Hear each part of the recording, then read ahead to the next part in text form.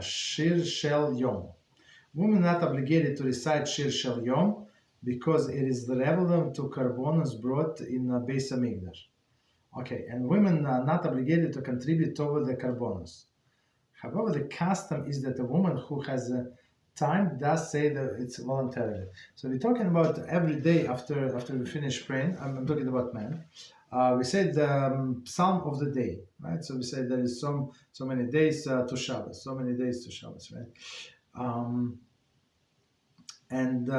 It's actually the song that was sung by Levites on that day, right?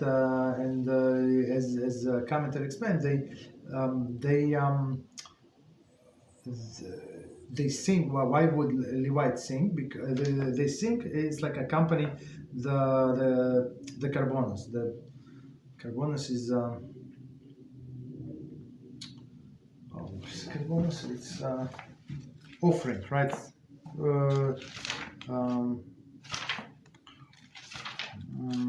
Offerings. Sorry, right? It's offerings.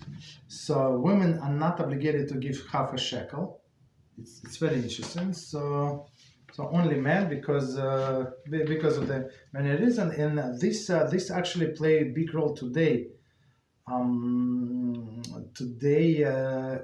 the question is asked whether to move to land of Israel or not. So if man moves to land of Israel, he would be obligated to keep much more mitzvahs than women.